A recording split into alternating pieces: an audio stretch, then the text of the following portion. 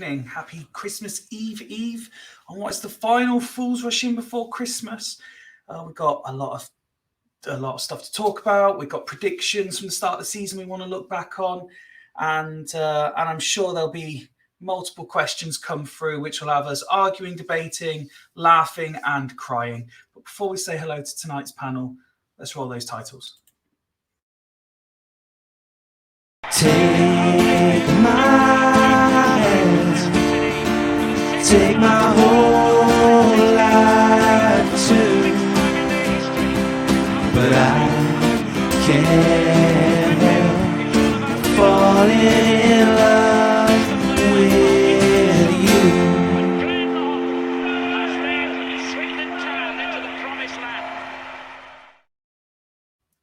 And what is more festive than saying hello to three wise men to start the show off?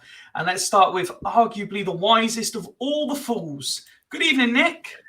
Hello, Fifey. How are you? I am very, very well, thank you. How about yourself? Lovely waistcoat. Yeah, I thought I'd get the Christmas theme going. It's my Christmas day tomorrow at my daughter's. Is my sons and son-in-law have to work Christmas Day. Bless them, because they're farmers and they tell me they keep the country going. So top men. Well, I am not going to disagree with them. So in the spirit of the season, can I wish your entire family a very happy Christmas for tomorrow then, sir? Many thanks, and it's well appreciated. Cheers, 5 feet. Well, if you are gold, sir, then next we need to introduce someone who speaks nothing but frankincense. Good evening, Ned. Oh, me? Yes. It's Christmas time. There's no need to be a Craig. Yes. Let's have it. Let's have it indeed. How are you, buddy? You seem in good spirits? Yeah, I'm fantastic. It's Christmas. Indeed.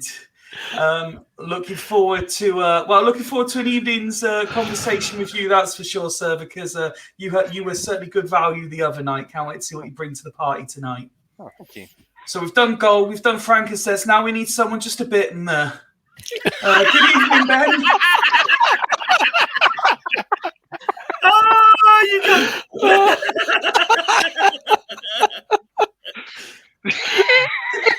Merry Christmas Eve, everyone. Evie. Merry Christmas Eve to you too. Oh, I do. I'm going to be bummed because of that. Merry Christmas. Merry Christmas, are you gentle, all set for the big day, are you? Sort of. Oh, Sarah's been Ben. getting everything ready, and I've been there, so it's been good. So Well, Sarah's in charge of everything, is she? She very much is. She works hard, and I supervise. Is that how it works? Is it? Yeah. Dear me. Oh, Ned, you all good to go? Oh, yes. I only need to wrap 2 more presents, and then I am, as a household, we are completely done. That is excellent news. Well, you must be all ready if you're celebrating tomorrow, Nick. Yeah, actually, Di asked me today, is everything prepared? And I said, yep, I think you've done a marvellous job. Everything's spot on. Come on, guys. Our good friend of the show, Joe, she's already spotted the first Christmas miracle. Ned still has his hair. Yes. And we were saying off camera, actually, Ned, Ben and I, it actually looks even fuller today. Fuller. We wondered whether you'd been to see the same consultant as one Mr. Wayne Rooney, possibly. It is looking thicker, Ned. It is looking a lot thicker. I thought you were going to say the same one as Ben. I was like, that's a bit harsh, guys. No, because I've got a Christmas cracker joke for you, Ned. Off camera, Ben told me he went to a Turkish barber's today, spent 25 quid on a haircut. I did. He's only got about 17 hairs on his head.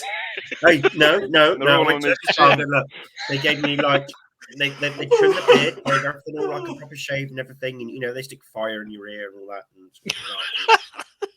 and they gave me the proper head shave, and then they massaged and they put loads of stuff on my face and wrapped a towel around it and all that sort of malarkey. It was wonderful. I loved it. I'll definitely do it again. It sounds more like a hostage situation the way you just described it.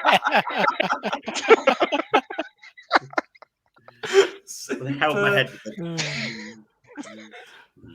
It says it along the printer along the bottom, but for anyone watching on Facebook, YouTube, Twitter, watching along live, thank you very much for making us part of the your festive period preparations. We very much appreciate it, as always. Live chat is open for anyone who is watching on Facebook or YouTube. And I've just seen Christian in the chat, and I do believe, as I flash up this one from Joe, I do believe, and apologies if I'm wrong, but I do believe it might be his birthday today. So happy birthday to Christian. Oh, Happy birthday! I believe I did see that on Facebook as I was setting up the live feed. Actually, no, he's going to say I've done this on purpose because he's actually commented that it's his birthday. But no, I did just see on Facebook, Christian, it's your birthday. Very happy birthday to you. Guys, we could talk nonsense, and no doubt we will be talking nonsense for a long time. Yeah. But I think those watching along would be flabbergasted if we didn't get on with some Swindon Town talk. Hairs for the girls, Ned says they go off. So should we get on it and see what happens as we start with the Boxing Day preview? I believe Nick, Ben, you're definitely going. Ned, you're still on the fence, but Walsall at home Boxing Day, it's always an interesting fixture. I'm sure we've all got memories of games not too far gone by. Let's start with Nick, as you appear in the top corner as I look at it. You looking forward to the game? Oh yeah, 100%. I mean, we have some cracking games with Walsall. Obviously, the main one. Well, I suppose there are two main ones that spring to mind. Last season, the 3-0 to get the into the playoffs. Unfortunately, I wasn't able to get to that game, but I'm sure everybody who went there actually enjoyed the occasion, and it was just a cracking performance. And the other one that springs to mind, which we have talked about recently with Gerald Eiffel, that Eiffel goal, that will live in the memory forever and a day. I mean, what a game that was! What a day out! They needed a point to win the league. We needed a point, I think, to get promotion. Both of us got what we deserved, and it was just a fantastic game. And I say, there are certain goals that they're embedded in your brain, and that's one I will never ever forget. I actually had I was thinking about it the other day. I had my son and my daughter with me, and Alice, she wasn't really into football. And when that ball from Eiffel hit the back of the net, everybody around just erupted. And for a split second, she was sat there thinking, what the shit's going on? And then suddenly she realised it. Everybody around her was going mental. And it was like, whoa, oh dear. Yeah, okay. But I don't know how old they were then. They're probably in about 10 or 11. They were quite young. But yeah, what a day that was. And Walsall's always a good fixture. I always like going to their stadium. Good place to go. I think last season we beat them, was it 5-0? A cracking day out. So yeah, let's have more of it on Boxing Day. What a good fixture to have. Really looking forward to it. That's that's a pretty good summing up. And Ned, if I could offer you a Christmas wish in terms of what you'd like to see on the pitch to get you off that fence and to say you were going, what would you be looking for? Johnny Austin. It's a bit early. That would be nice. It won't happen, obviously, but no, I would love to see Hepburn Murphy, or Morphy Richards, as he's better known as on this pod. I'd love to see him get involved more and get on the score sheet, because he certainly deserved a goal in the last game.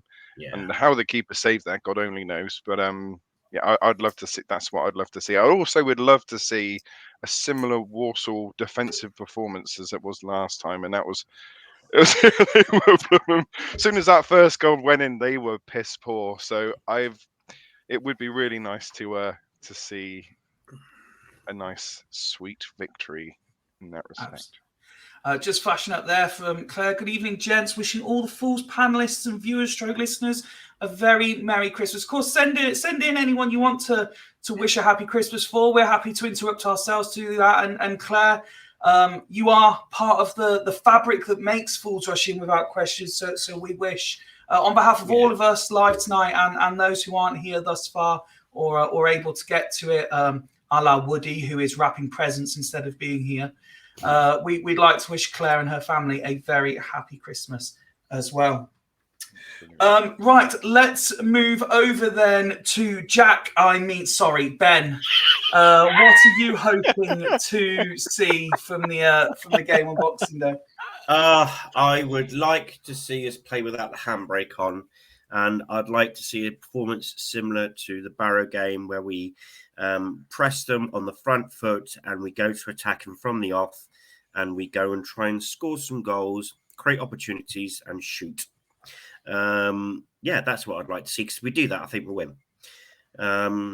Just to interrupt quickly, if I can, I'd just like to flash this one up from Danny, who's also wrapping presents at the same time as being here. # multitasking. You see, the difference here, Danny, is not that we like to generalize or play genders off against each other, but women are more well known to be able to multitask. Woody has actually messaged us to say, watching on the big screen, so can't comment, whereas you're rapping and commenting while watching. So well done to Danny. Well done, and Danny. Boo to Woody. Sorry, Ben, do continue. I think I've just said my piece, really. I think we need to be on the front foot. I think we need to go from the off. I think the voice is goals. I think we need to throw caution to the wind, and I think we need to risk conceding one to score a few. And I think in that case we'll win, because we play our best when we're playing attacking football.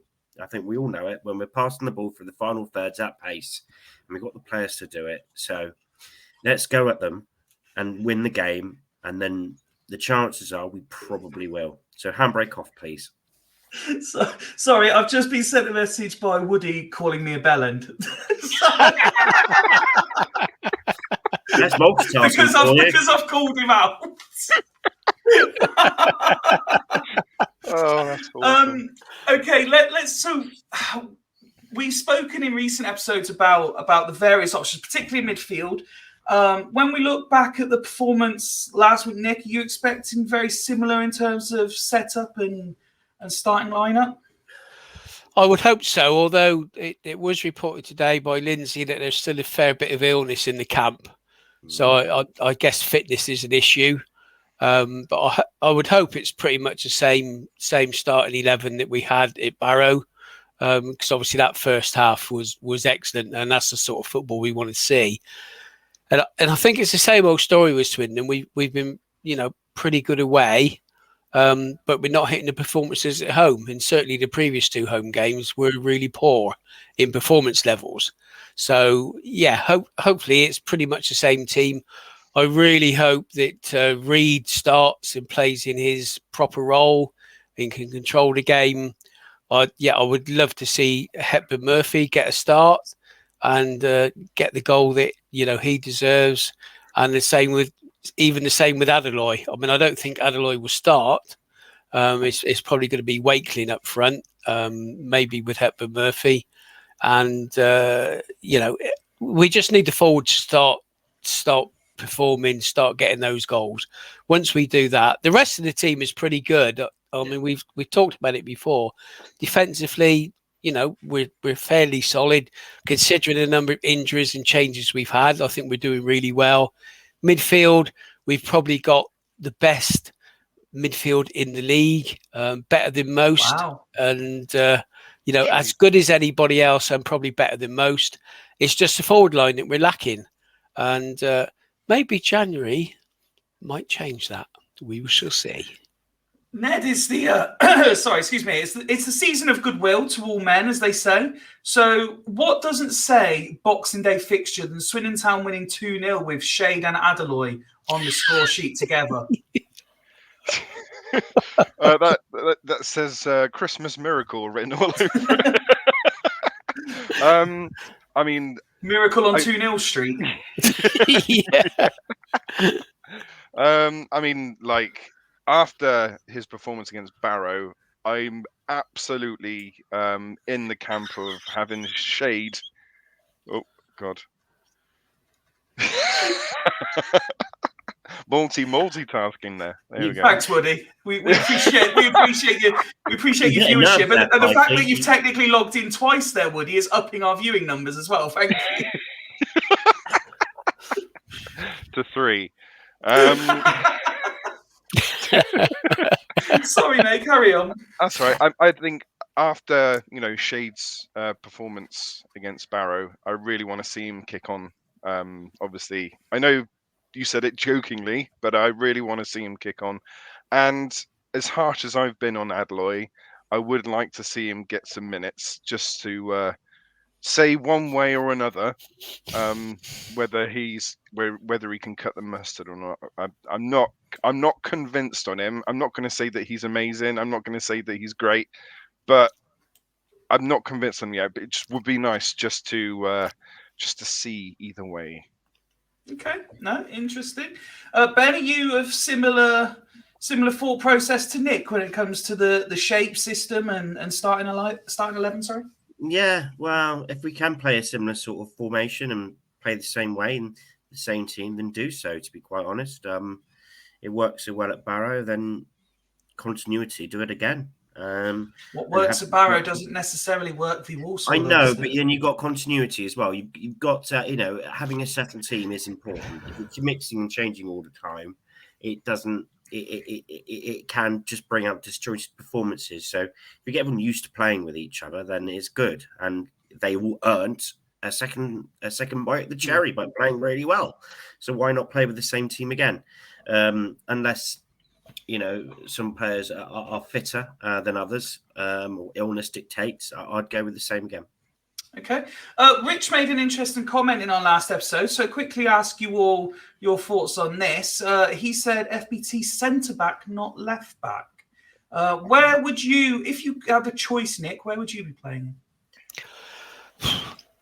After Saturday's performance, he played really well at centre-back, and on the last pod I did say leave him there. The Vinier is improved over the past few weeks and looks decent. So it'll be in some ways harsh to leave him out. But it does give us options. Brennan, whether he's fit or not, and from the reports today that we're keeping him, he's not going to be recalled. So that's another solid. And I think one of the key players last week was McDonald, to be fair. And I think whoever sits aside McDonald will do a job. I like man at left back rather than centre back. I think he's a cracking left back, and it would be great if we could sign him permanently in January. So I'd be happy either way, to be honest. And I know I'm sitting on the fence a bit, but from his performance at Barrow, he deserves to be a centre half. But left back equally, he's probably as good as, if not better, in that position. No, I think that's absolutely right. To be fair, Ned, are you of similar? It almost doesn't matter at this stage because he seems so good wherever he plays.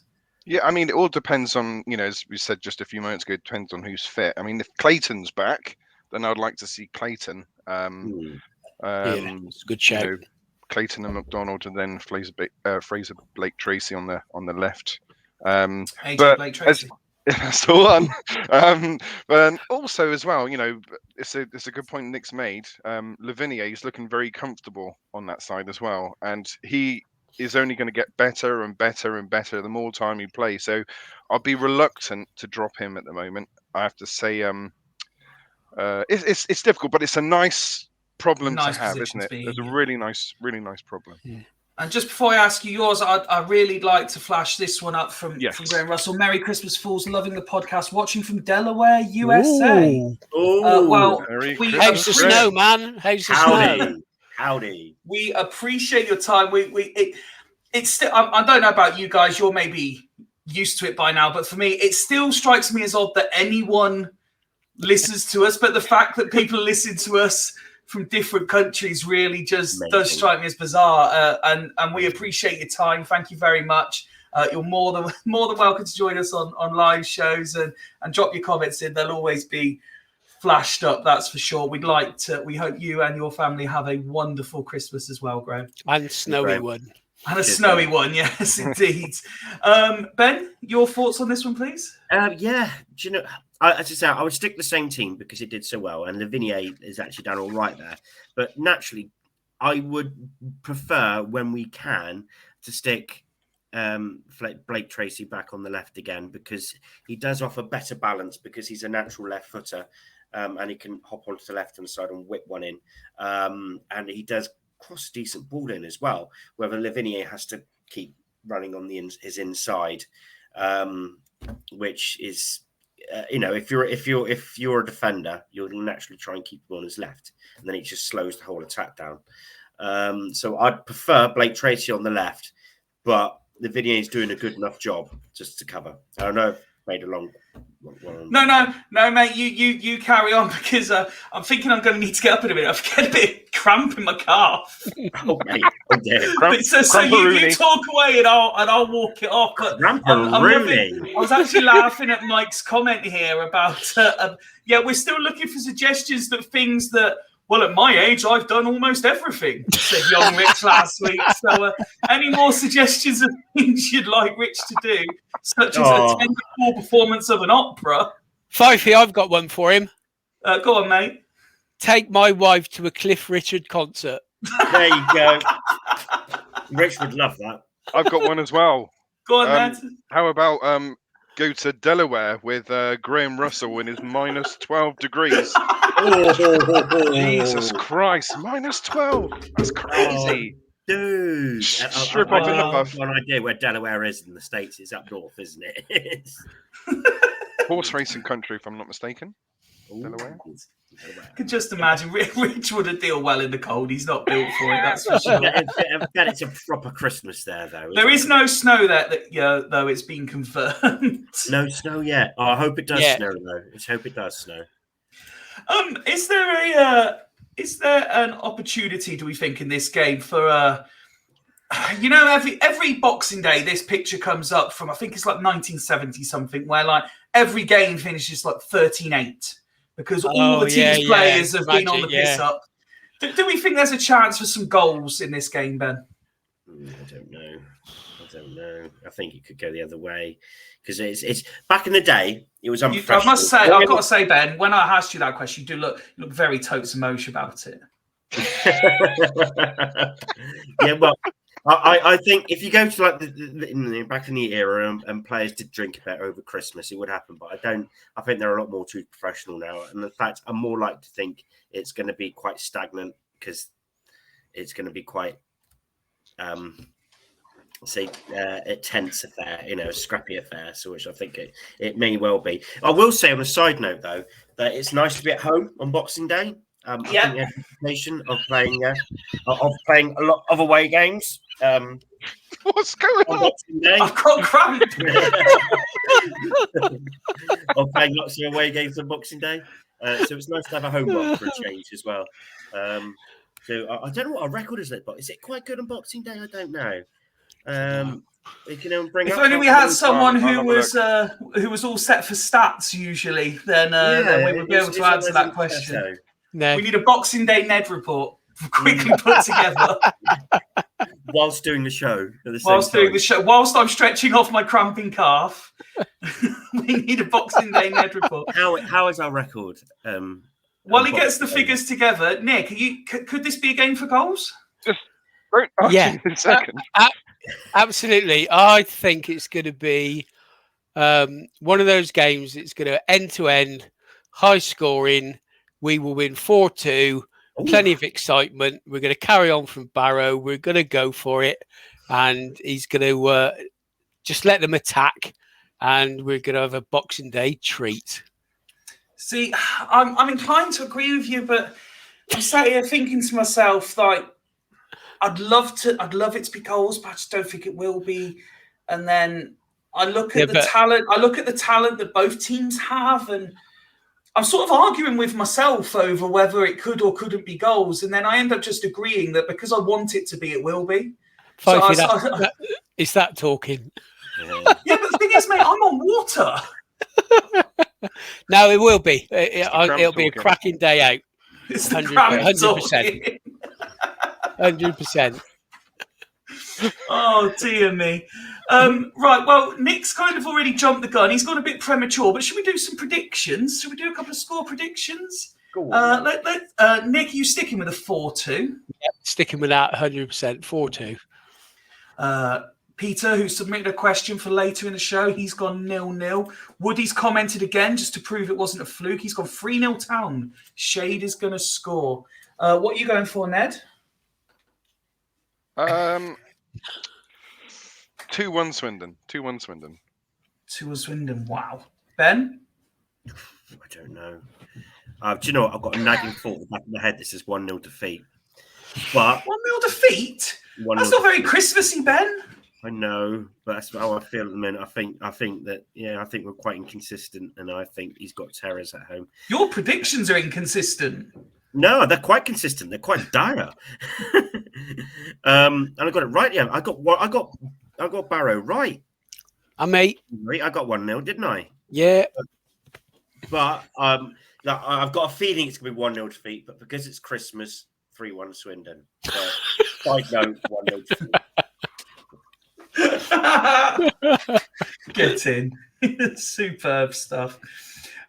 Is there anything else anyone wants to say about the Boxing Day game while Ned continues to frantically put the Boxing Day stats together? Before we talk about some of the other festive games. They're making it a green day, aren't they? With everybody to wear the green away strip. Yeah. So any fans come in if you've got the green shirt, wear your green shirt, which is why you need to be there, Ned, with your green shade shirt. The green shade shirt. As opposed to the yellow shade one. See that 100 times drunk. Yeah. Well, indeed. Indeed. You notice I slowed it down when I said it. That's why I said it slowly. And again, at least Nick's got an excuse. He's on the wine. Yeah. Dear me. I do like, I don't know if you guys saw it then, but I do like Barry's comment. I'll just bring back up. I give up with predictions, always mile off on the score, but it's a Town win for sure. It has been one of those, hasn't it, Ben, where it's whenever we feel a little bit confident, we get the reality check, and whenever we're feeling all a bit doom and gloom, suddenly everything comes up rosy. So you never do know what to predict. You never Swindon, isn't it? One thing is for sure, when you go into the bookies, you do not bet on the Swindon game. Early kickoffs and Swindon, you stick well clear of. That's the unwritten rule, because with Swindon, you never know what you're going to get. You know, we can play top of the league and play absolutely outstanding and play them off the park and win 3-0, and then play the worst team in the league and get beat 2-0 and be awful. So it's Swindon Town. Well, that's actually a true point, isn't it, Nick? Because Walsall, one of those teams, I think it might have been Woody said on, did it be Monday mentioned it? But because Walsall are one of the teams, you know, that aren't necessarily struggling down the bottom end of the table as such, that they might be coming in mood to actually play football, and that will play into our hands a little bit. Yeah. Yeah, hopefully. I mean, I think we've won our last 3 league games against them, and obviously the 3-0, the cracking result that got us in the playoffs. So I think they are. Actually, I don't even know who their manager is nowadays. It's the good one. It's the one from Newport. What's his name? It's the good one. Yeah. Is he still there? He's still I there. agree. He's a good manager. I forgot his name. Yeah. What's his Good name, one, Fifey? Come on, we're struggling. Flynn. Sorry. Flynn. Flynn. Flynn. Sorry, Yeah. I was just laughing at being described as the good one, as if there's one good manager in League Two and he's a. Well, no, there's a lot of spite. You know, Well, there's a lot of spite.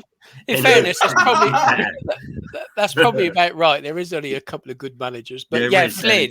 No, he Richie Wellens will be fuming if he reads. No, Richie Wellens.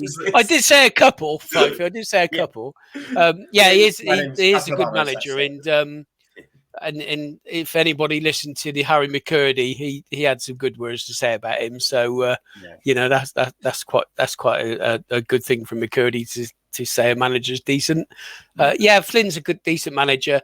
I think for Walsall, in fairness, they do try and play a bit of football. So if they do that, it always gives us a chance. I would just like to see us, put a hell of a good performance at home in. Because I think the home fans deserve a decent performance, I mean, you know, this year has been up and down football wise. The country's in a state. Let's give us something to bloody cheer about, and get next year off to a good start. So, yeah, let's have a performance. Let's go for it. And Fucking hell, no give us that pressure, lads. performance. The football's been inconsistent. The country's in a state. Well, it need is, something isn't to it? cheer us up. Yeah, Right, no? I mean, honestly, that's why you go to football. Keep it light, Nick. Fucking hell. You go to football to escape from the reality of what can be shit going on in the country, and you go there. You want to be entertained. You want to see your team win. You want to have a good time. You want to jump out of your seat. You want to get the adrenaline going, and you want to see 3 points. Condition doing stuff I know. Like that. Yeah, well, I'm under control. I'm okay. The You weren't wine control at keeps me. Mansfield.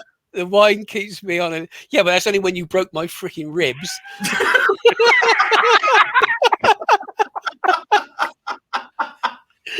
So I'm saying, go for it, and we'll be there, and we'll still be in that top end of the table where we need to be. Love it, love it.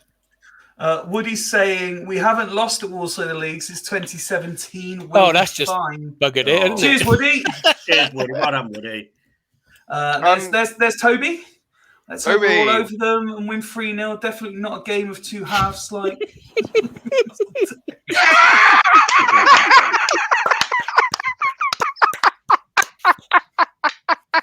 This is my analogy.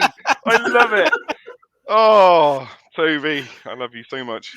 I think the pressure is on at home. The players can feel it. Need to get behind them to get them playing for us, says Guy. Ned, have we killed enough time for you to put an impromptu Ned report together?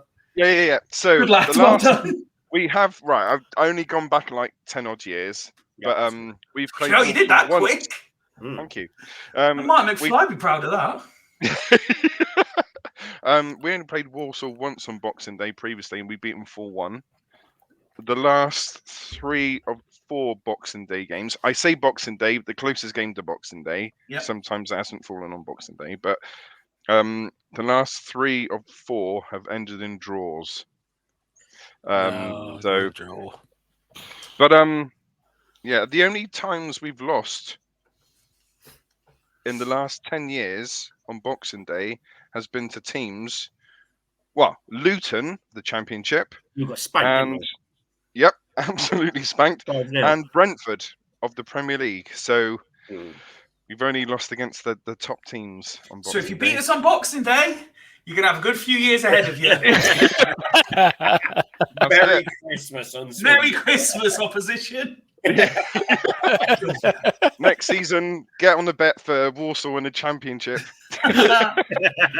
Impromptu question that I've just thought of, and you guys might not have an answer, but looking back in the history books, as it were, as Ned's just done there, does anyone have? If I said to you a Boxing Day fixture, is there one that springs to mind for anyone for good or bad reasons? Does anyone go back to any Boxing Day games and think that sticks out in the memory at all? I mean, I have one. The 5-0 defeat to Luton sticks out in my mind. I remember that. Matty Taylor scored a little own goal, and that Oxford player scored a couple. Hayden. I remember going, this is not great. This isn't great. You don't undersell it, will you, Ben? Lindsay draws a couple of games and you Lindsay out. You get spanked 5-0 on Boxing Day. Oh, this isn't great. I'm just trying to think of some. That's why I asked Ned. I'm just trying to think of some fantastic Boxing Day wins. But the one that jumps out for me personally, and I can't remember what year it was. I'm sure Ned will be able to work it out if I talk slowly enough. But there was a Boxing Day game away at Yeovil where Barry Corr scored the winner. And the ball trickled over the line, and it was one of those where I seemed to be celebrating for about 10 minutes before the ball had even crossed the line. It was one of those slow motion ones. But yeah, that's the only one that if I think Boxing Day that springs to mind was Yeovil away when Corr scored the winner. I remember it because it was the year that everybody seemed to get food poisoning, and only half the Swindon fans that had tickets actually seemed to turn up. I mean, I was on one of the fan coaches at the time, and the coach was nearly empty, and I had loads of space on the way there and the way back for myself. I was pretty much stood on my own behind the goal. I was looking for someone to celebrate with, but we were all sparse, separate from each other. It's like cliques in Mean Girls, for those of you that have seen that film. It was ridiculous. But yeah, that's the only Boxing Day game that jumps out for me. Woody's got involved again. He's showing off now, isn't he? But he must have finished his rapping. Luton was so annoying as we'd only beat their place about 5 weeks earlier. But yeah, Boxing Day wise, that's the only one that jumps out for me. This is the last proper, and I use these for two reasons. One, because do we do proper shows? Do we class this as proper streaming? And secondly, I use the word proper because there's some more news to follow later in the show about our festive program. But this is our last proper show, definitely before Christmas and of the year. So we'd like to just have a quick look ahead to some of the other festive fixtures. And two more away games, Ben. The Fools Rush Northampton, where a large number of our contingent will all be there. And then Colchester away on New Year's Day. Include Walsall in it, Ben. Yeah. 9 points guaranteed over Christmas, yeah? There we go. If you give me, do you know what? If you give me a 6, I'll bite your hand off. If I give you what, you'll bite my hand off? 6 points. Oh, 6. Sorry. What do you think I said? Oh, I didn't hear the I in the middle, that's for sure. Why do you think we've never seen Sarah's hand?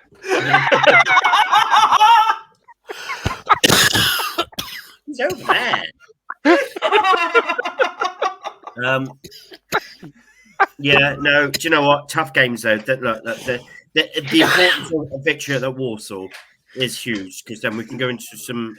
Northampton's going to be a tricky one, but we can go into that with a little bit of confidence if we can start on the front foot tomorrow, because Northampton is tough. They beat us without spectacular football. We're just being well organised, really tough to break down, mountain of a side, and they'll have their top scorer playing with them that day. However, the Fools will be there. Joe's Pigs and Blankets will be there, and Eton. Well, I'll beat you all at bowling, so we'll be in top voice. It'll be amazing. And then, yeah, it's going to be good. It's going to be good. And then hopefully we go to Colu, bless sight, and we'll win there too. If ever there was someone who needed an injection of some festive spirit, it's Pete. 0-0. Oh, please. 3 clean sheets and 1 win. Oh, Brim would be like, yeah. 3 points equals a win, is a win. Yeah.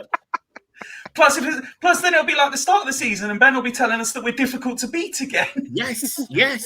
I'd say we've been in different festive period, because we didn't lose any games. We just didn't win many either. A bit indifferent. Oh, dear.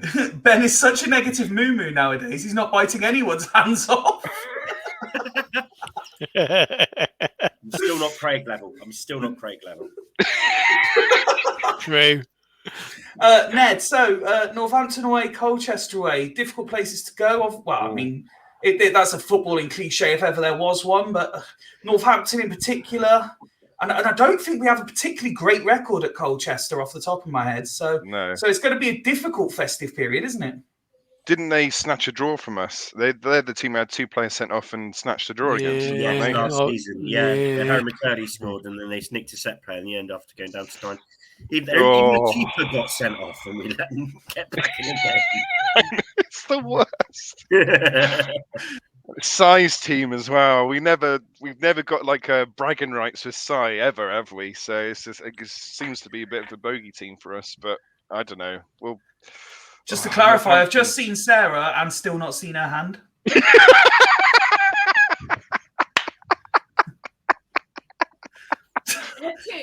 There's two hands there, but how do we know that's not Jack? Very feminine for Jack hands. It's all that washing up you make him do. Washing up, yeah. Mulberry, very liquid. Carry on, Ned. Sorry, mate. Oh, well, they're 2 really tough games. I would be happy with a 5-point haul, if I'm honest, from the 3 games. Yeah. But you know, possibly It's just Northampton one. Oh, it's going to be such a battle, isn't it? It's going to be a physical battle. We're not particularly the best with physical battles. Sorry, carry um, festive spirit's taken over here. I'm joyous. Yeah. I'm bubbly. Nice. Full of eggnog. Yeah. So I don't know. I'm not convinced a win at Northampton. It'd be a very, very good point. A draw would be a good. Yeah. Colchester. Again, it's a game we should win, but we just don't typically have a huge amount of luck. So, we'll see. I think 5 points would be good. 7 points would be even better. Okay, Nick. I'm looking for 7 points over the 3 games. I think we'll win at Northampton. Ooh. Love going to Northampton, actually. A lot of people say it's a horrible, crap stadium, but I've always enjoyed going there. Might be because it's probably fairly close to where I live and I can get there quicker than I can get to Swindon. Parking's decent. You got food, you got bowling, and it's quite decent. and I'm going to say this, but I'm going to apologise to Joe in the first place.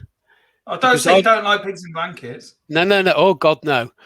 I'm going to say when I took my lad probably for his one of his first away games to Northampton, and the chant was Northampton, wank, wank, wank. Northampton, wank, wank, wank. So I said to him, do it though. When you get home, please do not repeat that to your mother. Which thankfully he didn't. So, we've had some great results at Northampton. I missed the one where we won with, I think, McGovern's late goal, and Di Canio ran down the pitch and celebrated. And I've actually got a signed photo of that, so which is really good. So if anyone wants to give me a bid for that signed photo, just give me a text and we could do a deal. I can remember Leyden's goal at Northampton late on where we won 1-0. Cracking game that was. Absolutely brilliant. And the away fans were going mental. So I think we'll get a result there. Colchester, horrible place to go. Horrible ground. Absolutely soulless. Absolutely hate going there. Lego brick. And so I'm seeing us getting 7, if not 9 points over the weekend. We're up for it. You used some very harsh words there, and the one that really jumped out at me was soulless. So the complete opposite of soulless is our next Fools panelist. Welcome, better late than never. He's delayed, not late. It's Craig. Merry Christmas, Craig. Hi, Craig. Evening all. Merry Christmas to you all. And Fifey, you're going to trigger a seizure in me in a minute with that flashing light there. Crikey. I love it, mate. It's brilliant. Absolutely brilliant. How are you all right? Yeah, we're all good. Good, thank you. Good to join you. We're just talking about the festive fixtures, so we'll jump you straight in here. Walsall at home, Northampton away, Colchester away between Boxing Day and New Year's Day. What sort of points haul are you looking for from that? 9. I want 9 good lad. points. Yes, I'm not saying that'll happen. I mean, look, I think if we can get 6 points out of the 9, I don't think that's too much to ask. Getting back-to-back wins, that helps. It's always a good morale boost. But Northampton's obviously going to be the tough one. I think we should, it's difficult, isn't it? It's a tough run. I mean, I guess, though, although with Northampton, they'd have played 3 games in 9 days, whereas we've only played 2. So we might, they might have a few more tired players than we do. We'll be a bit more fresh, obviously. So, I'm hoping that we can. I don't see why we shouldn't come away with 6 points. I'll be very disappointed if we don't. If we only get 1 win as well, it's going to be it's going to become quite toxic again, isn't it? I think 6 out of 9 points is not unreasonable. Okay, I don't want to jump in when you're doing the serious bit, Craig, but obviously we're not known for being serious on this show. So we have become, over the 2 and a bit years we've been doing this now, something of style icons, obviously. And that's never been more noticeable than right now when you get these comments. Joe saying Craig was late as he was at Ned Barber's. and then Kieran saying, Craig, who did your hair? We'll get them for you. It's actually Gazza's down Farringdon Road in town. So give him a give him a shout. He's good. I've all had a haircut today, by the way. The only problem with a skin fade is it only lasts a week, so I'll have to get it bloody cut again. But there we go.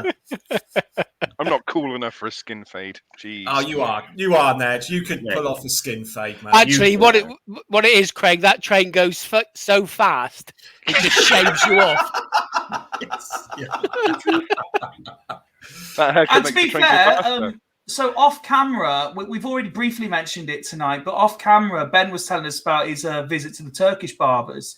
And Jack actually off camera did say, Ben, have you got a fade going on? And then said, no, it's just a bald patch. No, it is slightly faded. He used different clippers and stuff, so it's a little bit. The fake ones. We'll just cut through your hair. Ben, just wash the strength back in, mate. It'll be all right. Yes. No, I quite like it. It looks wonderful. Yeah. Whole face. Looking 20 weeks younger, says Garth. Cheers, Garth. Thanks, mate. Oh dear me. Shall we cover some admin next? Now that Craig's here, I'm glad I got to the exciting bit there. It's all right, mate, because I've saved your bit for next. Don't worry, the bit that you've really prepped for, because you didn't have to hold out for me, but that's very kind of you. Something we're very much known for is prep on this show. So if I could start by, we've mentioned it before.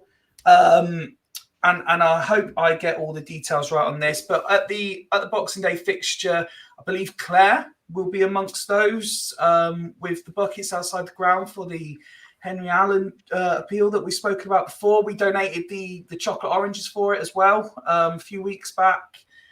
The Boxing Day game is flat. And I have heard that the details aren't all set yet. But as part of that as well, sort of mid to late January, there's also going to be a charity quiz set up for those who are running it. And I believe Clem's getting involved and possibly Rob's getting involved as well. So excellent for the club to be supporting local charities like that. So just a little shout out from us that, again, as we always say, if you're able to, we're not in admin again. Oh, he asked one. If you are able to, because as we've said all along, times are difficult right now. If you are able to spare anything and you see any of the volunteers there with the buckets on Boxing Day, please do help out if you can. It's a very, very worthy cause. I would never be able to do it justice by talking about it, but I love to feel we've done our bit just by raising awareness of what they're trying to do. We played the video out a couple of weeks ago that was sent to us, and Debs has obviously been quite forthcoming with information as well. So if you're able to, please do. Fools rush in over Christmas. As I said a little while ago, this is our last normal episode of the year of 2023. But fear not, we are not disappearing. We are not going away. Boxing Day, at Craig's request, I, being a nice tyrant and owner of this whole franchise, have said that the minions can have Boxing Day off, and but Fools will still be here on Monday night from 9. Don't worry, because I have got a very special festive edition of Friends of Fools coming on. We have got a panel of some of our favourite guests, our favourite friends, all coming on to talk about the Warsaw game. I won't give away who is on it. They can announce if they're on it. But we've got a panel of about 4 or 5 joining me, 9 o'clock Boxing Day night. None of the regulars, but a lot of our favourite friends coming on to talk about Boxing Day. See if they've had a lovely Christmas. And you never know, I might have a word with Craig before he fully switches off and say, maybe maybe we'll set up a Defend the Indefensible for them. You never know. Ooh, Because they all signed up for that, obviously. I haven't told them this yet. But yes, so Boxing Day from 9, festive Friends of Fools will be on. And on Friday the 30th, we're at least going to attempt, whether it goes well or not, we're going to attempt something a little bit different as some of the Fools get together for sort of a pre-New Year's Eve. We're just going to play some games. If anyone's familiar with Jackbox, we're gonna keep it relatively tame while we're live, and but yeah, we're gonna try and do an STFC themed version of some Jackbox games. A few of your favourite Fools will be on, and we'll stream that as best as we can. So there we go. That is our festive program. Oh, and of course, as I already mentioned, there's quite a few of us. At least 50% of Fools, I think, are heading to Northampton on the 29th. So I'm sure there'll be various match day content of people saying cheers with various drinks, and maybe there'll be the odd hat report, Nick. We will try, see who we can get. With this being the last proper show of the year, guys, a little question for you. What has been some of your highlights of 2022? It doesn't have to be Swindon Town themed, your personal highlights of 2022. Let's start with Nick. Ooh. Highlights of 2022 were, the main thing was the birth of my grandson on St. George's Day. You know, what a day to be born. Little Theo. And as I've said many times on here before, 2 days later, I had a heart attack and ended up in hospital. So my highlight was the absolutely incredible care I was given by the National Health Service in Oxford at the JR, where I had my triple heart bypass, which after a little bit of complications on the day went well. Glad to say I'm sort of deemed fully fit as I will be at my age. So yeah, that without a doubt, little Theo was my highlight of that period, and getting better after such a traumatic experience, and putting my wife through hell for that period. So thanks, Di, for your support. You were absolute diamond. Absolutely love you to bits, and sorry, I'm just but you missed hoping. an obvious pun there by saying she was a diamond. Oh, well, I didn't even think of that. Well done, Fifey. Crack on.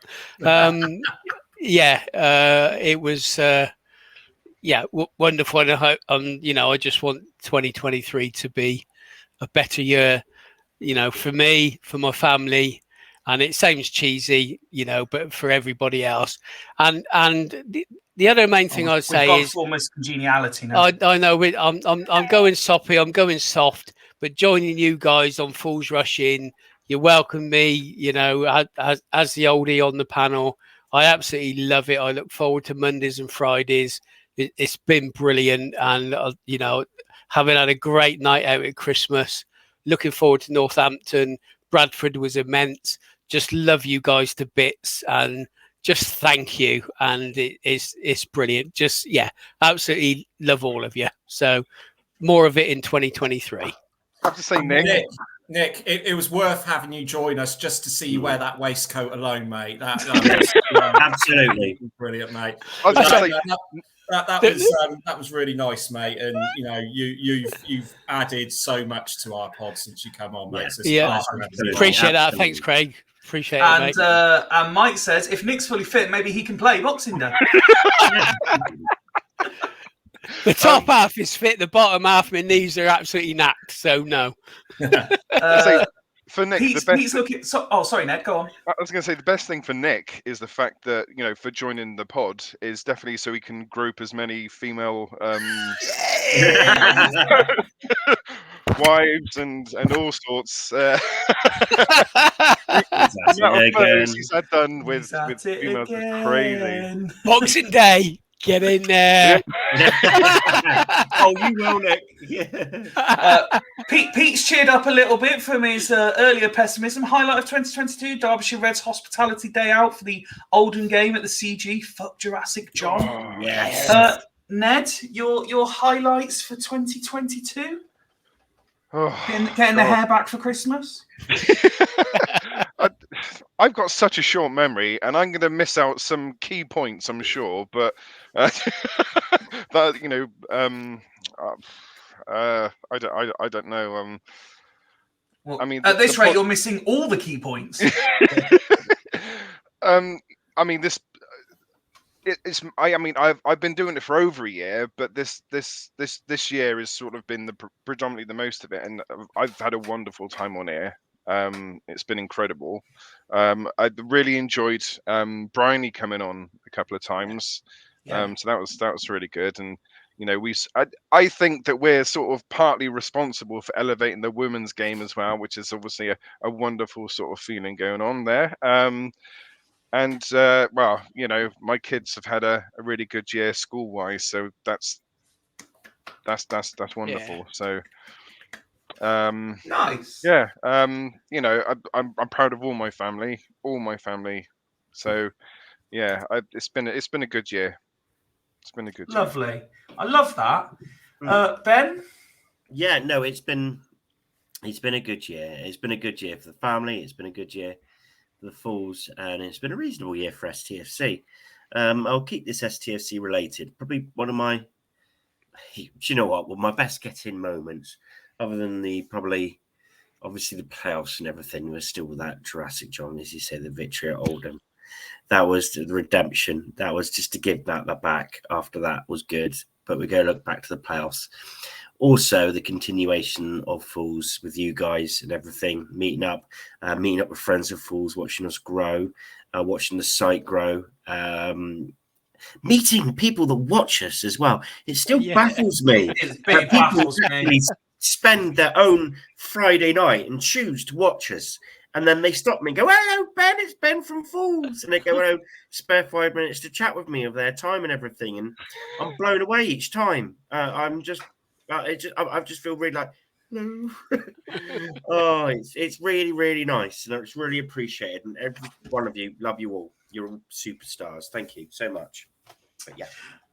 Before I forget, and before I bring Craig in, we did get a tweet earlier from Gav, who, as we know, he's away in tropical climates at the moment. He did tweet me earlier to say, "I'm going to catch up with the show tomorrow, but I'd like to wish you and all the rest of the FRI crew a very Merry Christmas. Hope you have a great one." Gav, very much the same to you from all of us, mate. Pleasure meeting you earlier this year, and I hope you enjoy Christmas in whichever part of the world you are currently in. Craig, highlights for 2022 for you, sir?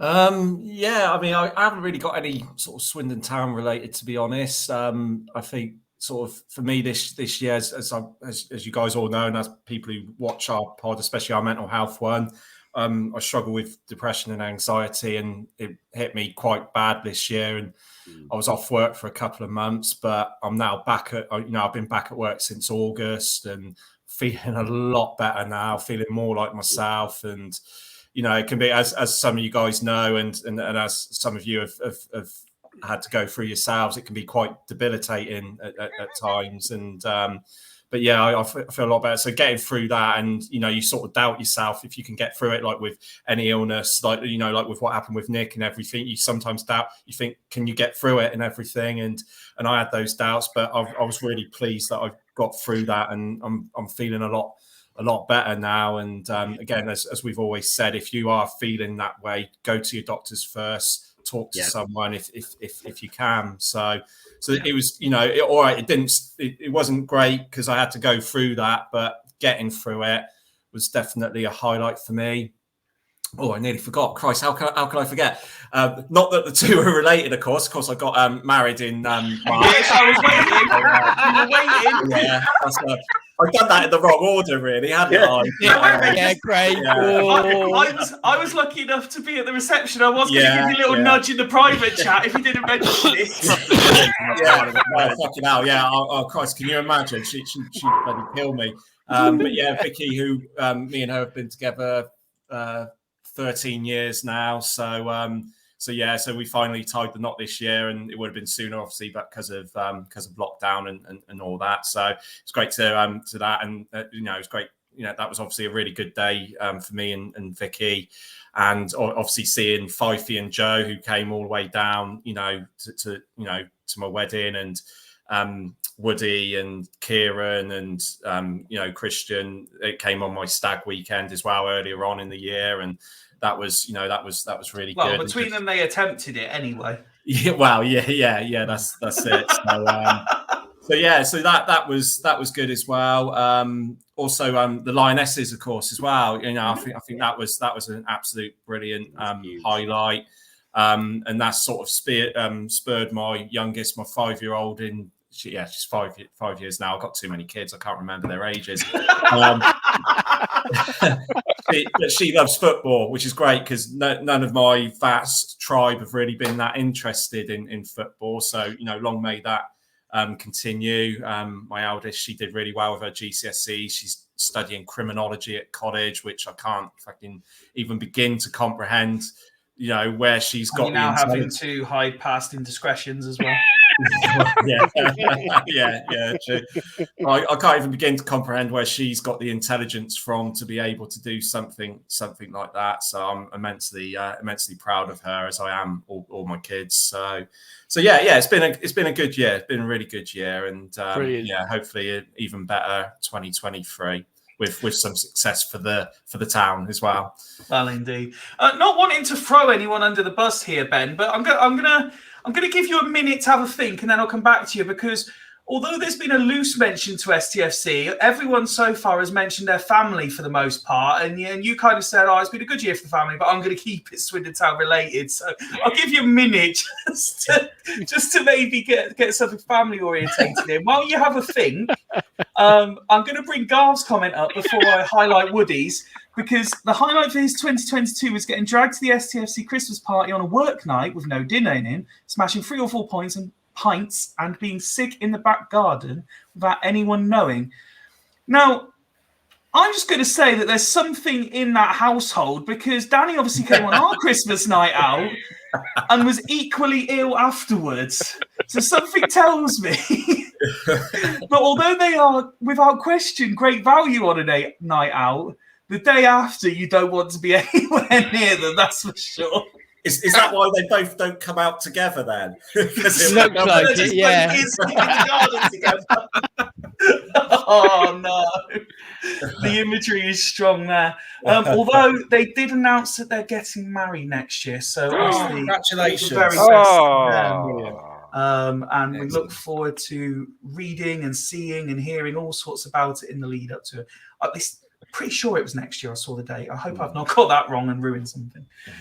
Woody's been in touch as well. He said delivering his first Royal International Air Tattoo was freaking awesome. In fact, we got to second year and seeing Square is awesome. STFC related, had some cracking away days this year, and anything with us is always a laugh. Hang on. All the comments have now skipped because I'm missing someone. I'm trying to hold the page. Other than that, highlights include leaving Craig Stagg do early, leaving Swindon Town women, and losing his favourite bobble hat. Among his favourites. In relation to Craig's, I've already posted Joe's. Love the honesty, Craig. There's Pete with the strength emoji. Garv there. Glad to hear you're feeling better. And if you ever feel like getting down the boxing gym and training in the new year, he'd love to help. Oh, wow. No. We can certainly all... no thanks.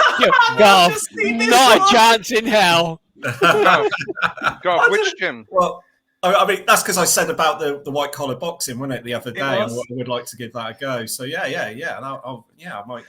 Yeah, you crack... Craig, you represent us. You crack on, mate. Yeah, go on. And then there's Danny with some honesty. Didn't even know he was sick. I mean, for me, my personal highlight of this year was to be able to, unfortunately for my own reason I didn't, but to be able to see my lad get his black belt earlier this year was unbelievable. I was so proud of him. I got to watch the last day of it, and it was unbelievable what he went through, and just to see him at the end of it, but more so what's come after and how he in himself has changed as a result of having this black belt has been unbelievable. I ticked off one of my bucket list destinations this year. I got to spend a few days in Rome, which was always a place I wanted to go to, so that was good. And yeah, kind of echoing, and it sounds the obvious thing to say, but it's genuinely true. To see how far, particularly since the start of this season, so go back to like August, how this pod has just gone on leaps and bounds and is far, far in excess of what I ever believed when I sent the likes of Ben and Woody that first message to say, I've got this idea, just over 2 years ago. I've got this idea. Do you fancy being involved? To where we are now, I just can't comprehend it. And it is true, like what Ben said. I always consider myself when we do this. I jokingly say to you, like, I'm the least famous person on my own podcast because being like removed from Swindon and not going to as many games as you guys. So when I got to Mansfield away and people were recognizing me, it was like bizarre. I did not know how to cope with that. And it's like I said earlier, it's still strange. I love the fact that we have people that come along once, twice a week and watch and join along live. I love it so much. And this is thanks to you guys now. Like you always say, it's thanks to you starting it. It's not now. I am just the guy that pushes the buttons. You guys make it what it is. And it's unbelievable. And I love it so much to the point, I was very lucky that the gear that I use now to make myself appear a bit more professional, that was very kindly gifted to me by Ned, as I've said before, and I'm incredibly grateful. And just the other day, I received a package in the post, which I never dreamed would come. And it's a Fools Rushing mug. We've got an STFC tile there with Fools Rushing along the side, and a tree decoration, which got pride of place on my Christmas tree now. And I just... It blew my mind. I was unbelievably happy that we have that sort of impact and people like it. And honestly, I could talk for days about it, but they are without question my highlights of this year for me personally. Black belt. Sorry, Ned. Did I say something wrong? No. I thought you were going to say something else, and then I was okay. Black belt, and then you said it. I was like, oh, okay, there we go. Never mind. Sorry. I got very confused why black belt popped up in the chat there. Craig, unless there's anything else, I think that covers all the admin bits.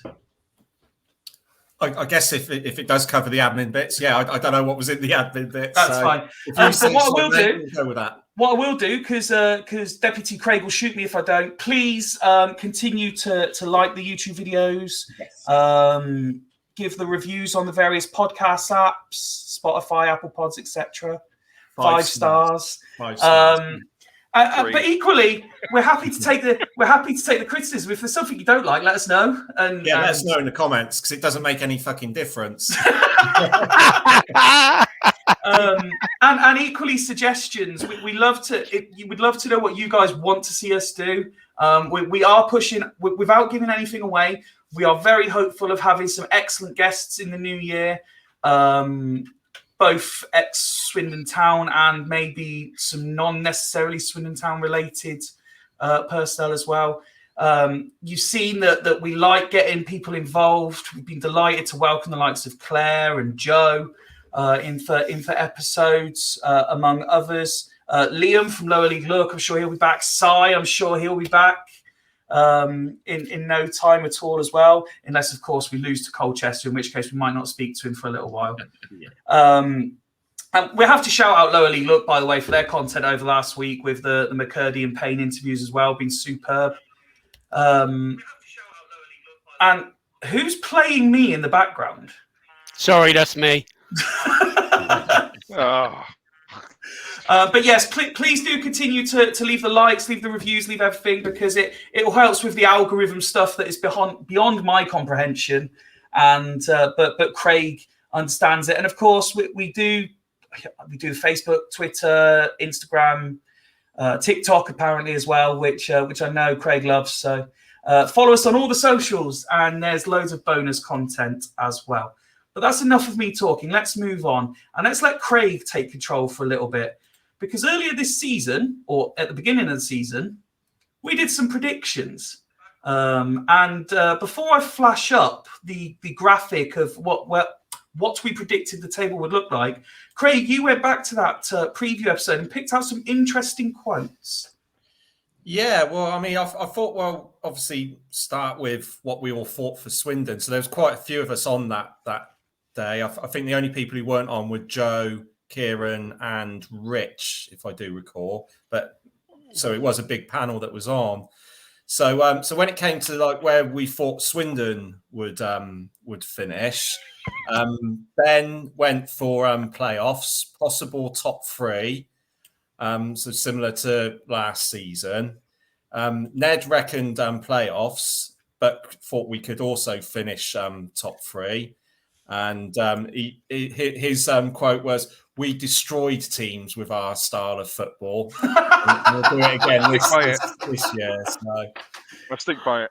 And was a reckon we could do top 3, and he reckoned, and of course he loves McDonald, and he said the leader McDonald would make the difference.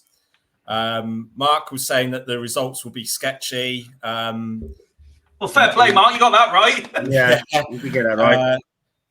He said that obviously that Payne would be a big miss. And he questioned he questioned whether McCurdy would be there at the end of August. Again, spot on. I mean, he said anything. Mark. This was Mark, yeah. He said anything other than promotion though would be a failure. So he felt at the state of play at that time that we'd finish between 9th and 12th, so top half he had us down for. Ned, this is the first of the quotes. Ned, you feature quite prominently, you and Ben, on this. So this was in reference to Gabe Sutton with his prediction. Gabe is talking out of his arse. Does anyone remember what Gabe predicted? I think he's like lower half of Swindon, wasn't he? Sort of mid-table. Yeah, I think it was even bottom half. Yeah, he said, "Yeah, don't listen to Gabe for fuck's sake." He said Tranmere going to win the league, didn't he? That was it. That was exactly it. Yeah, you questioned that, which I think was fair enough. What idiot would think Tranmere would win the league? Shut up, Ned. So going on to Nick, you had us third or automatics. You felt we had a strong bench and stronger squad compared to last season. Not reliant on as many loanees at that time at the beginning of the season. And of course, you had Tranmere at top. So less said about that, the better. Long way to go. Long way to go, yeah. Tranmere's a long way to go as well. Fifey had us down for the automatics as well. Stick by it. I felt that we were stronger than last season, but as I've said many a times, I felt that last season was a missed opportunity, too many unknowns. Completely agree. I felt that the first 11 was weaker, as I've said many times. I think I had us just missing out on the playoffs, from what I can remember. Woody said top 7 with the current squad at that time, but that we just needed another striker and a few minor changes. Of course, we still need that bloody striker, don't we? Mm-hmm. But he was confident that if we got that striker and a few extra additions, there was no reason why we couldn't get into the top 3. And also, of course, Woody said Wakelin is the next Jerry Yates. So to be fair, his first couple of months, he was looking that way until he sort Jerry of But I think overall, when we did the graphic, we decided between us to put Swindon into the playoffs. No, we had them in automatics. Oh, in the automatics, did we? Yeah, oh, we okay, had then. a third. Oh, right. Yeah. That's okay. Fair million enough. Then. miles Yeah. off, you know. It's not terrible predictions. Crawley, look at Crawley. And So I've got a Mansfield. few. I mean, do you want me to just speak about the? Not. I won't go through all the teams. Yeah, go on, mate. But just those that we. So like Carlisle, for instance, where we got put them 18 to 22nd. Ned said, "Shit club, shit players, shit ground, shit city." Spot on, Ned. Start the fence there, mate. So I think. So yeah. I mean, obviously, and where are they now? Seventh in the league. So. Oh, shit.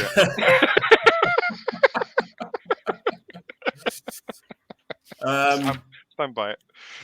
I mean, Wimbledon a top half. We got that right, didn't we? Barrow we had down for relegation. We obviously got that wrong. Bradford we had in the automatics, so a little bit off there. And obviously Carlisle in the down the bottom.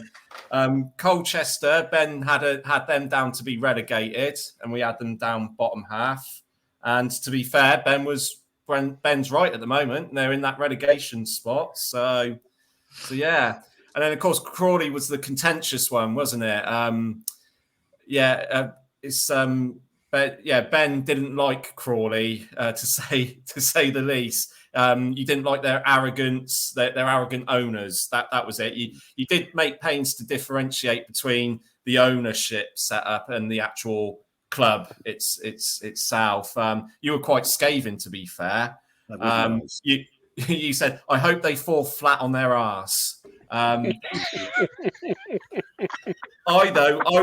was adamant that they'd be in the automatics. I was absolutely adamant. So obviously I was wrong there, and I felt that they'd be competing for the same type of players as we would be in January, but I don't think that would be the case now.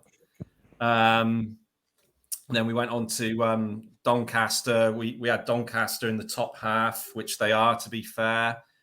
Crewe bottom half, which they are. Gillingham, we didn't have Gillingham in the relegation, but we did have them in the bottom half. And then Grimsby, which was Fifey's underdogs. You had them for as playoff contenders. Yeah, Good. Yeah, not bad. The whole momentum thing, which was a absolutely fair point. And they also kept the majority of their squad from last season. So yeah, that I mean, to be fair, it's still early days, but that's still a possibility, obviously, isn't it? So yeah, Harrogate we had down in the bottom half, which they are in the 18 to 22nd, despite their good start. So we were right about that. Hartlepool, Woody had them down as a surprise for the playoffs. What a Woody. Yeah, you can't get everything right, I suppose. No, you can't. Woody. I think the general consensus was that we had them sort of down in the bottom half. I think me and Wazza and Ben were all pretty much in agreement then. One of the surprising things that I found was Leyton Orient. We only had them either in playoffs or top half, which Yeah, I'd have thought we'd have been a bit more generous towards them. But yeah, Ned pointed out the signing of George Moncur, of course, who is someone who we could have done with, to be fair, and obviously the Wellens effect. And also Ben pointed out that they had the best manager in League Two in Richie Wellens. Do you still feel that way? Yeah, absolutely, 100%. You still got the best manager in the league. Well, the proof is in the pudding, isn't it, mate? At the end of the day, so yeah. He knows how to get Flynn was the good one. Sorry, I thought Flynn was the good one, Ben. No, Flynn was one of the good ones. All right, sorry. Pretty good. So yeah, then we had Mansfield. I think it was a toss up between automatics and playoffs, which is pretty much what it's looking like at the moment. Mark was adamant that Atkins will be the leading goal scorer in the division this season. I don't know how many goals he has scored. He's not rated there. But Again, I'm sorry, Ned, but some of your quotes are just absolutely awesome, mate. I just think Mansfield are one of those teams that's always going to languish in League Two. Says the Swindon Town fan. well, League 1 and 2, to be fair. We haven't always, we normally sort of get out eventually, don't we? But yeah. And then there's so then we had Newport, which I think we all agreed would be down near the bottom, which they pretty much are 18th. So we were right about Newport. Northampton. Now it's a quote from me this time to show how wrong I've been. I said basically they're a physical team that shithouses. There's so many better teams than them in this league. And they are third, so yeah. I was obviously. They still shithouse, though, Craig. I'll give you that. That was probably about the only thing I was right, mate. At the end of the day, but very good at shithousing. I think, to be fair though, Northampton was the one that I think we just had a broad view. So there was me with the more extreme at the bottom. There was some who said automatics and playoffs. So in the end, we put them in the 8 to 12 position, top half, basically, But yeah, obviously we weren't too good about that. Rochdale, 18 to 22. So yeah, again, we were right about that. It's surprising how, quite a few. Considering we're shit at score predictions. Yeah, we've a lot of these predictions we've got, we've got quite right. Salford, again, that was sort of 8 to 12. So yeah, again, they're ninth position. So they're in a bit of a transition. Much more 8 to 12 than that. Yeah, they're in a bit of a transitional season, aren't they? With a different type of manager, that young manager. I've forgotten his bloody name now, but yeah. And then we had Stevenage, which as Woody has told us time and time again, he predicted Stevenage. It was me, Woody, and Fifey. We actually said Stevenage for the playoffs. Ben wasn't happy about this. Ben I tell you what, the look on Ben's face when we said playoffs, it was like we cheated on him. I tell you, he just wasn't. He wasn't happy at all. He was outraged. Mark had him down as low as 17th, and then everyone else was sort of in between. Which, to be fair, Ben, you had him sort of 13th to 17th, and in the end, we put them top half. And I still think they'll. I think now they'll stay in the automatics. I can't see them, falling away now.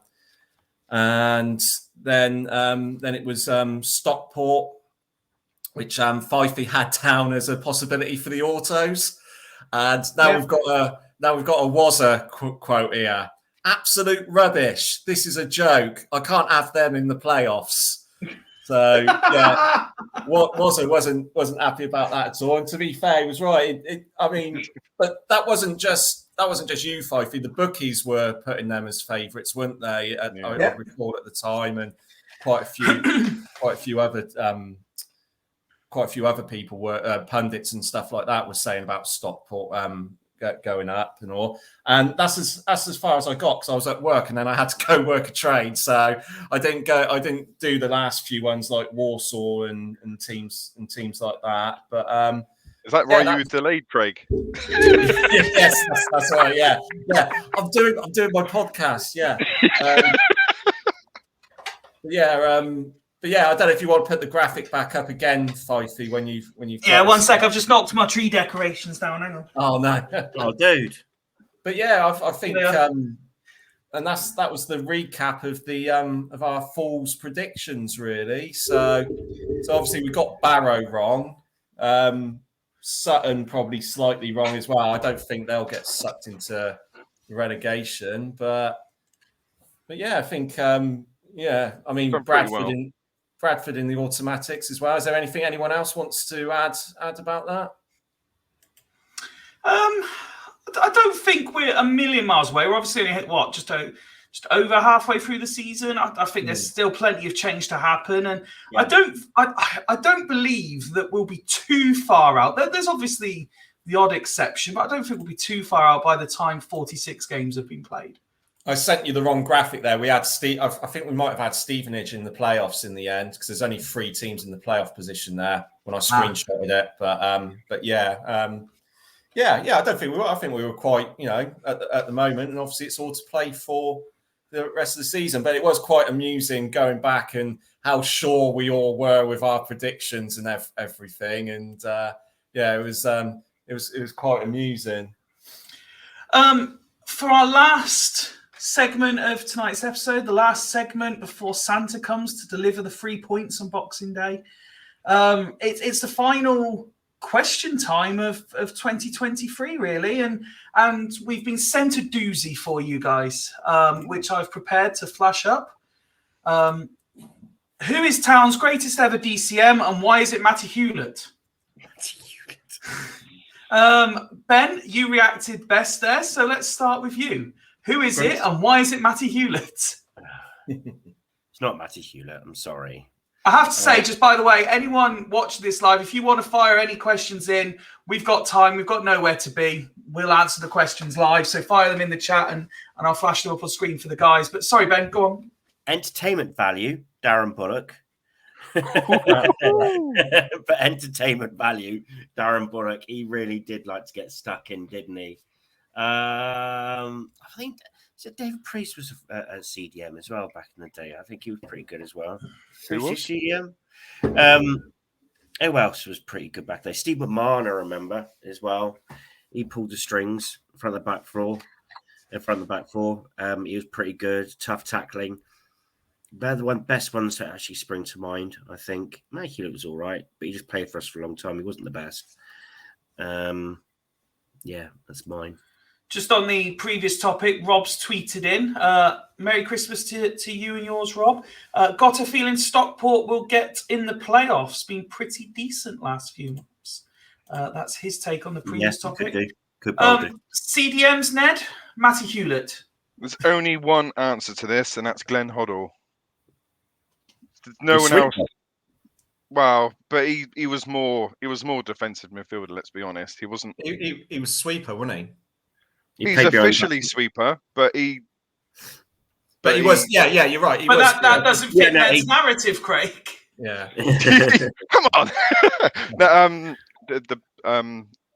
Him and the other, I would say the other decent one I remember was Scott Leach.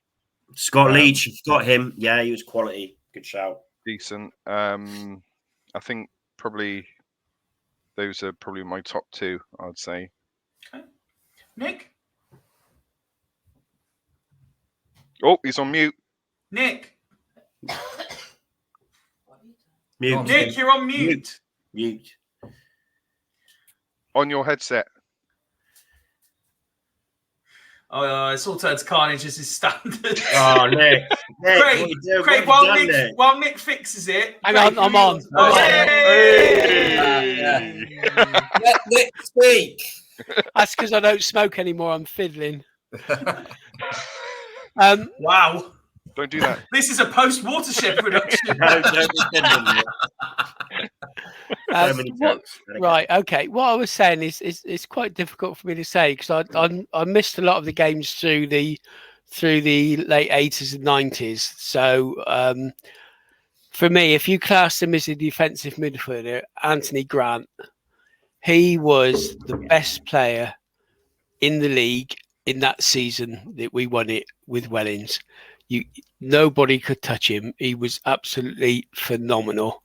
Hoddle, yeah, I understand why you're saying him, but I don't know if he was a defensive midfielder. He was just a complete footballer, and he could do anything on any part of the pitch, and he was phenomenal. But for me, Granty.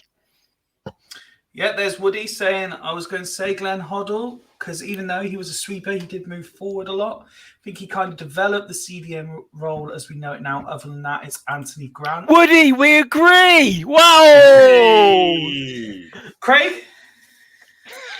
For me, I mean, I've thought about this. I've thought about this a lot over the years.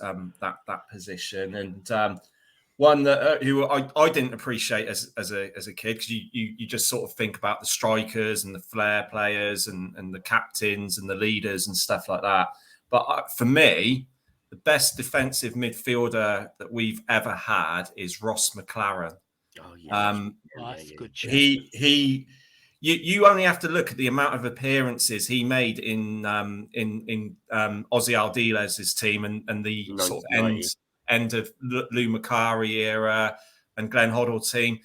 They were all attacking teams, especially the Aldiles team and the Hoddle team. You know, and he was the one who would basically stay at the back and keep things ticking over and would, you know, be that ball-winning defender and ball-winning midfielder, and everything else. You look at the amount of he was like ever present so many seasons as well. So there must have been something about him at the time, and yeah, I think sort of looking back at it, Ross McLaren, he was an unsung hero of the late 80s, early 90s, I think, for us, and he he was key to the success of what I term is the golden era in the time that I've been supporting the club. For me, this was a difficult one because I tried to rack my brain, and whoever I name isn't going to be the best. I can only name the best of those that I've seen. Because, you know, I didn't get to see the likes of McLaren, Leach, Hoddle, etc. For me, the only answer to this question is Douglas. In terms of the ones I've seen, I thought he was a superb player.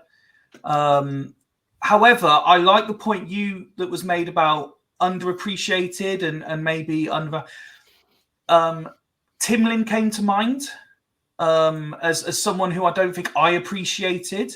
But then I thought, well, hang on, if I'm saying that, Craig Easton's one of the most underrated players that I've seen during my time as well, and he played that position. So I'm not suggesting they're the best Swindon Town have ever had, but the underappreciated point is a valid one, and I would put Easton and Timlin in that bracket for me personally. CDMs are often underappreciated because it's the goals that get notified, get noted with midfielders, and CDMs sort of do the dirty work, and they need to perform to make a team to tick. So Ned, did you want to add your extra one in that you forgot about? Yeah, Luke Nyholt as well. You know, what a player he was. What a player. Luke Nyholt. What a goal celebration as well against Man United. Yes. He deserved a crack at Holland, you know. I'm surprised he didn't even get even looked at Holland. I don't know. He probably wasn't suited to the Holland team at that time. It was all more technically gifted players, which I don't really think he was really. He was a hard nut, wasn't he? Yeah. He was a hard nut. No, he'd let all the attacking players play in front of him. He'd sit down, bite the legs off anyone who went near him. Yeah, brilliant. He's the absolute player that you want on your side when you're in the trenches against someone, isn't it? You know what I mean? What a player he was. But Luke Nartle as well. But no, I appreciate everyone who's been mentioned so far. I think Timlin and they're a really good shout as well. That's a really good shout. Joe has messaged in, and I don't think I named her actually. So thank you to Joe for the mug. I honestly, I really do appreciate it. Do you think we will make the move for Austin, or is it just too romantic based on the Lindsay interview? Ben, you have changed your mind consistently over the last fortnight. What side of the fence are you on right now? I'm still firmly on a yes, purely for the fact there's just too much noise now. There's just so much noise, and the club have not just. I know Sandro sort of tried to dampen down, but the club could quite easily just come out and just say, Charlie Austin is not on our radar. It's not something we're looking to go into. It's not, it's not something the club's looking to do, and it stops everything dead. They've not done it, and they're letting the fans keep getting excited. I think there's a possibility of it happening. I don't think it's a done deal, but I think, there is talks, and hopefully it's something we can get done fairly soon. I just think Sandra today was just trying to dampen expectations a little bit because it has gone a bit OTT. Because our friends on another pod have promoted it quite a lot, and I think there's a lot of excitement about it. But I also do think there's so much noise. There has to be some truth in it, and I think it could be a goer. Sean, adding to that noise I've been told to sit tight. There's going to be there's a lot going on in the next few weeks. Craig, yes, no? I don't think it's going to happen. I mean, that's just instinct on my part. I've got nothing to really base it on. It's funny. I've got a different interpretation to what Ben's is on what Sandro Di Michele said today. Yeah. My interpretation of Sandro making that statement today was damage limitation, so that when inevitably Austin does go to Bristol Rovers, the fans aren't going to be as shocked or surprised. I just there's just been too much negativity that's come about it from the club. The club's sort of stance on it is lukewarm at best, and also with what Sandro said about we may be in the hunt for a striker. It's like everyone can see we need at least one striker. Yeah, of course we do this. He said absolute guff today. None of what he said made any sense whatsoever. It's just like the strikers we got, one's on loan, one's injury prone, one's so horribly out of form, it's unreal. And there's Wakeling. And the thing is, Austin's not going to hold us to ransom. So for it to be, I don't believe it's a negotiating tactic or anything like that. He's obviously going to want to do a deal that's right for him financially, but he's not going to fleece the club. He won't fleece the club, and the club will be able to get a good deal, probably better than. Personal thing in League Two, no club turns down Charlie Austin. Yeah, exactly. No one. You are insane. You shouldn't be in the job you are if you're not considering having it at both hands. I think near enough we could all agree that having Austin in the team isn't going to harm our reputation, isn't going to harm our chances. We might get the odd Sky game because there's a bit of a story behind Charlie Austin. All that, it makes no sense not to do it. But I just have a feeling it's not gonna happen, and he'll end up at Rovers, and our fan base will have a meltdown. And I think if he goes to Rovers, I think quite rightly so. To be honest, it would just be a really missed opportunity for us if we don't.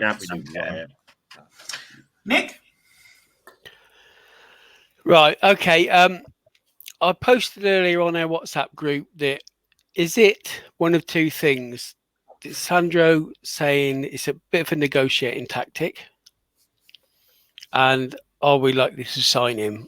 Now, again, I've said today and in previous podcasts, defensively, we're not too bad considering the injuries we've had. We've done okay. Midfield, I think we've got on paper probably the best midfield in the league. If not, we can compete with anybody in the league midfield wise. Where we're lacking is up front. What we're missing is, and bear in mind, I'm 68 years old. I go to football to be entertained, to get off my seat, to get the adrenaline going, and to love watching Swindon Town. And how do you do that? You see a forward. You see somebody that excites you. You see somebody that gets the blood pumping. Now, in the past, we've had the likes of, in my era, Don Rogers, absolutely God for Swindon. We've had Fieldtoft. We've had Parkin. We've had Painter, Peacock, Shearer, to name a few. Those are the players that got you excited. They're all forwards. Bring Charlie Austin in. That will boost us. That will get the crowd going. That will bring money into the club. That will give us the skills, the nonce we need, the shithousery we've missed since Harry's gone. And it's a no-brainer. I've seen it in so many companies run by spreadsheet managers that jack shit about the business, don't understand the basics, don't understand how the actual system works. And if we rely on Sandro's bloody spreadsheet, we're just going in the wrong direction. Sometimes you have to think outside the box.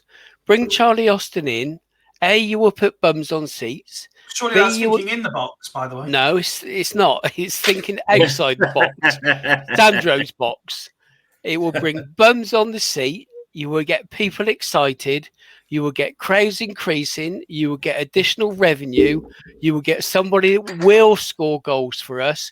You will get somebody who can teach Jepcot, you could teach Wakeling, you could teach Massey how to play football, what they need to do. You can teach them the dark arts. To me, it's a no-brainer. Bring him in. I can say no more than that. If he doesn't bring him in, if he goes to Bristol Rovers, County Ground will turn absolute toxic. Simple as. It's sometimes you have to do what's outside the box, what's right at that time for the club to get it moving. As I say, we all love this club. We want the club to do well. That would give us that level of excitement that we've been missing since Harry McCurdy is gone. Simple as. Bring Charlie in, you get that back. End of message.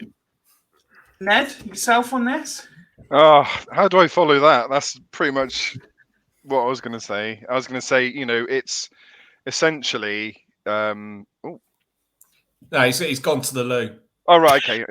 We actually wrote that privately. I have to log out for that. Yeah, it's just the value of bringing him in surely outweighs whatever wage we're going to pay. He's not going to start every game.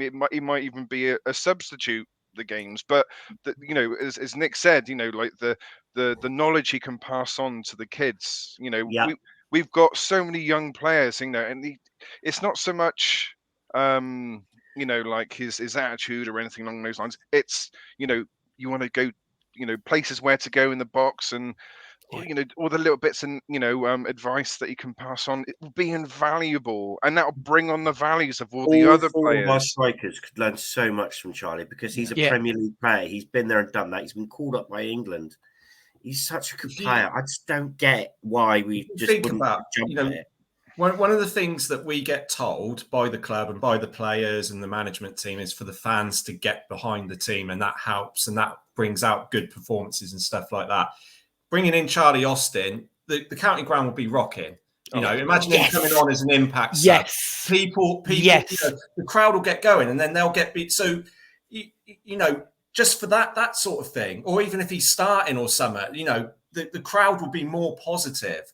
It'll be less toxic. It'll be a bit more patient when things go wrong. If Austin's in that side, you can imagine the county ground will be rocking, and they'll be more likely to get behind the players when things go wrong, or just even when things are going right, they'll stay with them more, and that's what they need. That's no reason why to do it. And then they can't, if they don't bring him in, and then they're turning around and saying, "Oh yeah, the fans aren't getting behind the players." Well, we'd have had the perfect opportunity with Austin. That would have got the whole ground, the whole fan base behind the team. Yeah, absolutely, 100%. I think we all agreed that it's an absolute no-brainer for the club to do it. Whether the club will do it or not, it remains to be seen. I think it's like 50-50, isn't it? Nobody knows really, do they? No. We hear rumours and everything. You got the broadbent lot that, to be fair, they are in touch with Austin, so they, if anything, they are going to know more than anyone because Austin, they know the guy. But yeah, there is a lot of hype. And the club really, if it's not happening, just come out and say we're not interested. Yeah, it can't drag on. It can't drag on throughout the transfer window because if it does, it's going to cause more damage. It will reflect bad on the club, and it will reflect bad on the. So the longest this goes on, and he ends up going somewhere else, is the worst. It needs to be by the end of the first week in January. Need to know either way. Yeah, absolutely, agreed. Just yes or no. I'd rather have a no by the end of January than it to drag out and drag on and on and on, and it'll just cause more problems. In fairness, if I was Charlie Austin, I want this tied up quickly. Yeah. Where he's going. Well, yeah. He wants to get fit. He wants to train. He wants to play games because his time is limited. He's 33, so he wants to get. He wants to get this. Let's not call 33 limited when in like 2 weeks I'll be 33. Yeah, unfortunately, Fikey, you're not going to have a playing career. In football, it's not happening now, mate. I'm sorry. It's all right. I was happy to concede not to become a footballer just so I could host what is an amazing EFL podcast. Yeah, exactly. Short. You want to host the lower league? Look. No. You haven't, you know. No, although if I was invited to co-host it at some point, I'd be more than willing to step in and help out. I hope you're listening, Liam and Grant. Let's Replace Grant. with regards to Well, he'll have to because Hartlepool will be out the league next season. Grant, that was a joke, by the way, mate. I love you. Harsh but fair. I want to throw it out there for any more questions before we say our goodbye messages for this episode. But Ben, I remembered we didn't come back to you for a chance to put right your earlier error. So if you'd like to. Personally, it's been a wonderful year. Look, for the family, it's been good. Sarah has done wonderful at her job. She has had doors open for her. I won't go into too much detail because the doors open are sensitive doors and what she's doing. But there is opportunities for her to progress in her own job, which is grand. And for mine as well, I received a promotion this year in my job. What's that look for? I think that was to Gar's comment more than anything. Yeah, Garth. I didn't read that. It was Garth. What did it say? Pop up. You just finish your little spiel, Ben. You're right. It's been great for the old good year for Fred's as well. And he's been to his second year in his brand new school, and he's kicked on and he's looking a lot better and more settled and a lot happier. And his schoolwork is looking fantastic. And Jack's a shit. Poor Jack. Oh no, he's genius. Actually, the boy's genius. He's top set of everything, and he aces everything without even trying. He's just a mouthy little sod as well. He's a little shit, but I love him. Hey. Really well done, Jack. Jack's all right. You leave him alone. Oh no, Jack's amazing. He's got no issues in life whatsoever. He's going to be a top lad. He's going to be a good boy. He knows is. it. That's his problem, but he's a good Tell boy. him from me, he's a top lad. Yeah. Well, obviously, just to flash that up again for Ben's benefit, we wish Gar a speedy recovery from the crunching tackle he seems to have taken. Now 2 to 3 months. Are you sure it's nothing to do with the 3 to 4 pints at the Excellence?